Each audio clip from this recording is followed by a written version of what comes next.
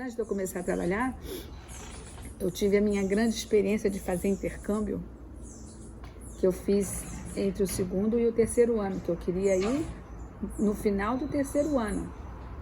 Mas a oportunidade apareceu do segundo para o terceiro, aí eu falei, vou nessa, né? Não, se devia no ano que vem, não sei o que. Não, se der para eu no ano que vem, eu vou de novo, mas não vou perder a oportunidade de ir agora. Queria ficar um ano inteiro, fiquei 2 meses. Mas foi ótimo, foi uma coisa que eu fiz com muita coragem, porque as meninas falaram para mim depois, quando eu voltei, né? Aí eu falei assim, você é maluca? Eu não condição que você foi, não ia de jeito nenhum. Porque eu fui com a cara e com a coragem, né? Sem nada muito certo. Eu fui sem falar inglês direito e cheguei. Minha mãe levou 10 dias para saber se eu cheguei. Mas a minha mãe era muito calma e as pessoas falaram assim, mas a Virginia até hoje não mandou notícia. Não mandou notícia. Ah, se tivesse acontecido alguma coisa, ela tinha dado um jeito de ligar. Se não ligou, é porque tá tudo bem. 10 dias para chegar a minha primeira carta. Para avisar que eu cheguei, contar como é que foi, tudo. A passagem meu pai tinha de graça porque trabalhava na empresa aérea. A minha tia que era do Galho Batista, da família da minha mãe, que era o irmão da minha mãe que era Batista, arrumou uma casa que me hospedaria. Da família Batista também, tudo da igreja, que os conhecimentos que eles tinham que é da igreja, que é a mesma família que anos antes recebeu a Marli, que é minha prima, que está com 80 não sei quantos anos. Foi para lá também, para essa mesma casa. Então eu tinha hospedagem numa cidade do interior da Flórida, a passagem aérea. Então o combinado é assim, eu chegaria em Miami, pegaria um outro voo para Orlando, e essa família, e esse senhorzinho ia me buscar em Orlando para eu ir para Lisbon, que era 1 hora de Orlando, de carro. Só que eu ia chegar na data X, ia dar tudo certo. Eu ia botar uma fitinha amarela na minha roupa para eles me reconhecerem e tal. Só que deu tudo errado. Era para eu chegar de dia, eu cheguei de madrugada, porque o voo marcado foi cancelado aqui, não deixaram decolar, porque estava na época de fazer o aeroporto novo, hoje o Tom Jobim. Então, chegava, sei lá que horas, fechava tudo para fazer dinamitação, para fazer terreno de pista. O voo atrasou, não sei lá por que, não autorizaram o voo sair. Fomos todos os passageiros para o Hotel Glória, me hospedei no Hotel Glória. Meu pai, não, você vai para o Hotel Glória. Amanhã eu tô aqui de manhã para te esperar, mas vai para lá. A empresa aérea pagando tudo. Fui eu para o Hotel Glória. Nervoso. Assim, eu aproveitei muito pouco o hotel, porque eu estava muito nervosa, porque aquilo tudo estava dando tudo errado. Dormi lá uma noite no Hotel Glória, aí tomamos café da manhã, pegamos um ônibus e voltamos para o aeroporto. Meu pai estava lá, entrou no avião, me recomendou para o comandante, que a filha dele estava indo, não sei o que, mas assim, os horários estavam tudo trocado, que eu ia sair de noite para chegar lá de manhã, e estava saindo de manhã e ia chegar lá de madrugada. Quando chegou em Caracas, o avião faz uma escala em Caracas, aí veio a aeromoça, o senhor não prestou passaporte? Aí foi lá, conversou com o comandante, esse aqui é o comandante, aí ela veio devolver meu passaporte, não, você pode ficar. Porque a ordem era, quem tivesse passagem gratuita, chegasse a algum lugar, tivesse algum passageiro pagante, o gratuito fica. Então eu corri esse risco de ficar. E o meu pai falou assim, olha, quando você olhar, quando você voltar, que você olhar, porque no guichê da companhia tinha um quadro assim, com a configuração do avião. Porque era tudo manual, né? Então você escolhia ali alguma coisa. Aí o papai falou assim, se você olhar, a primeira classe estiver muito pequena, é porque a procura da classe econômica está grande. Aí você fica esperta, porque de repente não vai dar para você vir naquele voo. Tá bom. Então eu fui com essa dica. Aí desci em Caracas, fui embora. O comandante deixou eu ir. Cheguei em Miami, era 1 da manhã. Aí eu fui no balcão da Varig, era Varig já. fui no balcão da Varig para saber que eu queria um voo para Orlando. Eu falei assim, eu vou lá na Varig, que lá na Varig eu falo português, né? Aí a moça olhou um catálogo lá, tipo assim, aqui do lado, bichê do lado assim. Ó, tem um voo saindo agora, na Delta. Como era voo doméstico, eu saí daqui, entrei aqui, quando eu vi, estava dentro do avião. Meia dúzia de gato pingado no voo. A moça falou lá na hora, eu não entendi porra nenhuma. Onde vai, onde para, eu não entendi nada. Aí andamos não sei quanto tempo, o avião desceu. Eu não sabia se era Orlando aquilo ali, o que era, né? Aí a aeromoça passou, aí eu só perguntei assim, it's Orlando? Aí era, yes, Orlando. Só levantei e acompanhei quem estava saindo, acompanhei. Aí fui acompanhando, onde aquele povo ia, porque era voo doméstico, já não tinha imigração, não tinha nada. Onde aquele povo ia, eu fui andando. Lá bastante eu vi no corredor vendo assim, baggage, tinha esquecido a minha mala. Aí eu fui acompanhando, né, pra pegar a mala, um baggage imenso assim. Caraca, minha mala. Aí a mala já estava do lado de fora. Estava lá do lado de fora. Eu fui lá, peguei a mala e entrei de novo no aeroporto.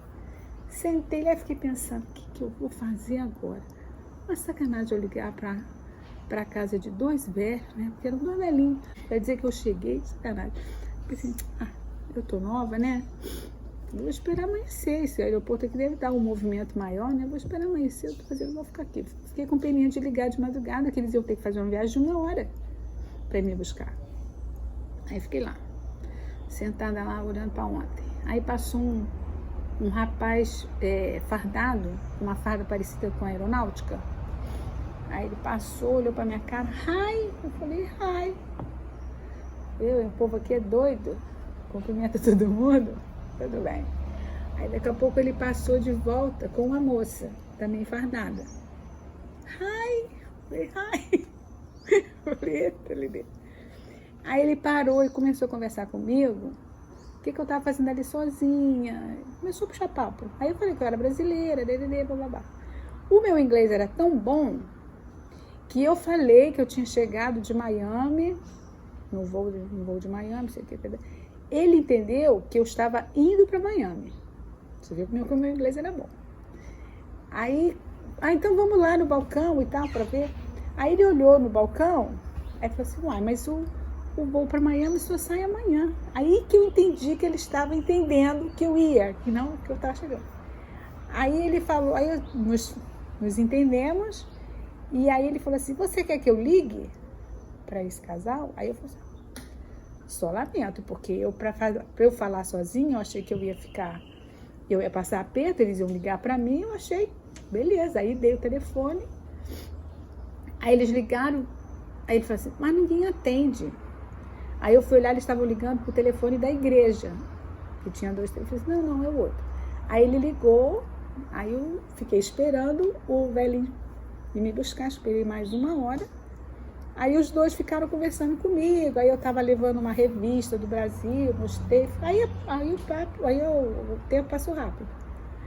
Eu tinha a dica de que o velho mancava, então a gente ficou sentada assim, perto do balcão da companhia que ligou para ele, né, da Delta. Então eu vi aquele senhorzinho manco chegando assim, olha, ele chegou. Aí fomos lá, me apresentei, não sei o que, aí vim embora. Vim embora com ele, aí fiquei pensando assim, esse velho vai ficar conversando comigo, eu não vou entender nada, eu vou dormir. Aí encostei assim no carro, dormi o tempo todo, quer dizer, fiquei de olho fechado o tempo todo, para ele conversar pouco comigo. Aí teve uma hora que eu acordei, levei um susto com o carro freando, não sei o que, ele atropelou um coelho. Eu não sei o que eu falei, mas ele riu pra caramba, eu acho que com a minha reação, né, não sei. Eu sei que ele pegou aquele coelho, botou assim no pé dele, no carro assim, e levamos o coelho para casa, não sei se eu comi o coelho, mas o coelho foi para casa. Aí chegamos lá, a senhorinha estava me esperando, que eu falo que eu olhei a mão dela assim, lembrei muito da mão da minha mãe. Toda vez que eu falo, eu me emociono. Foi o abraço mais gostoso que eu recebi na minha vida. Eu acho que eu estava precisando desse consolo. Ela me deu um abraço tão gostoso.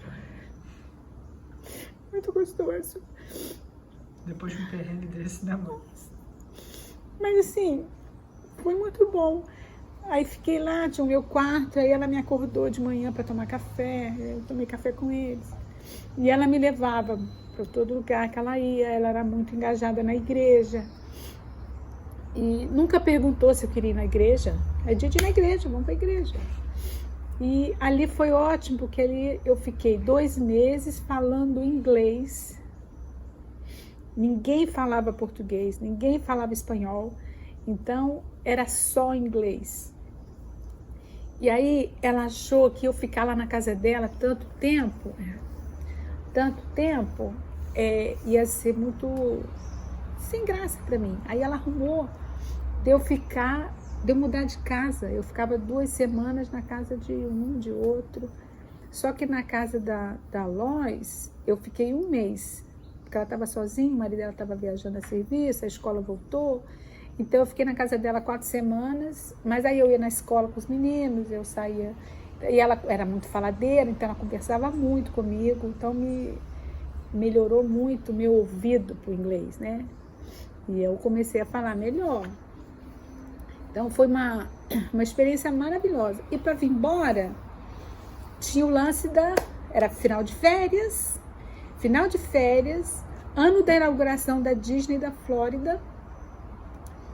Então, era assim, os voos estavam lotados. Aí eu quis ligar para Varig para marcar minha passagem, que eu sabia que eu não podia marcar. Tem que chegar lá e ir na sorte. Aí eu pedi para falar, eu falei assim, mas eu quero falar em português, vê alguém que sabe falar em português. Aí eu falei com ela, se eu preciso ir para o Brasil, eu expliquei, é preciso voltar lotado. Tá lotado? Tá. Aí o Mr. Messi ouvindo do outro lado. Aí alguém virou para mim e falou assim, mas o voo tá lotado, o que você vai fazer? Eu tenho que ir para Miami amanhã. E se você não conseguir marcar? Aí eu vou resolver de outra maneira, mas eu tenho que ir. Porque eu não posso ficar aqui esperando alguém dizer para mim assim, ó, tem um lugarzinho para você. Não posso, eu tenho que arriscar. Aí eu lembro que aí foi a Lois, essa moça que eu fiquei na casa dela um mês, que me levou a Orlando para pegar o voo. Aí eu cheguei lá, a primeira classe estava desse tamanho. Tinha 16 lugares na primeira classe. Aí o cara chegou lá, fez a minha passagem, me despachou a minha bagagem, eu falei assim, opa, o negócio tá bom para mim, né? E depois eu fiquei sabendo que tinham, não sei se 6 ou 8 passageiros viajando de graça naquele voo. Isso o papai ficou sabendo depois e me contou. Então eu vim direitinho para a viagem, de volta, deu tudo certo. Eu acho que eu vim direto, não lembro se fez escala, mas acho que veio direto. Mas foi uma experiência assim para minha vida. Muito bom. Só que aí eu tinha que estudar inglês quando eu chegasse aqui. Aí o meu pai falou assim, ou eu pago o 3º ano do secretariado, ou eu pago o inglês para você. Aí eu fui completar o secretariado. E o inglês eu comecei a fazer, eu pagando quando eu comecei a trabalhar. Mas aí veio outras coisas, eu não acabar mesmo de fazer, eu nunca acabei. Estudei muito inglês aqui na usina e tudo, mas aquela coisa de você ter que falar o inglês, ter que ter um motivo para você falar, porque senão você perde muito mais rápido que você aprende. E comigo aconteceu isso, eu não tinha oportunidade de usar o inglês, de falar e tal. Então, meu inglês nunca foi muito bom. Mas foi uma experiência maravilhosa. E no final do 3º ano, eu não tive oportunidade de ir. Ou seja, se eu tivesse deixado de ir, eu não teria ido nunca. E as meninas falam que eu fui maluca de passar os apertos que eu passei. Doida, eu não ia de jeito nenhum. Falei, fui e voltei. Uma experiência bacana. Foi ótimo para minha lembrança de juventude, que eu digo que são coisas que você tem que fazer enquanto você é jovem. Senão depois você começa a repensar um monte de coisa, bota um monte de empecilho e acaba que não fazendo. Tipo, aprender a dirigir, né? Que foi a primeira coisa que eu fiz com o meu salário, quando eu comecei a trabalhar. Meu primeiro emprego, a primeira vez que eu trabalhei...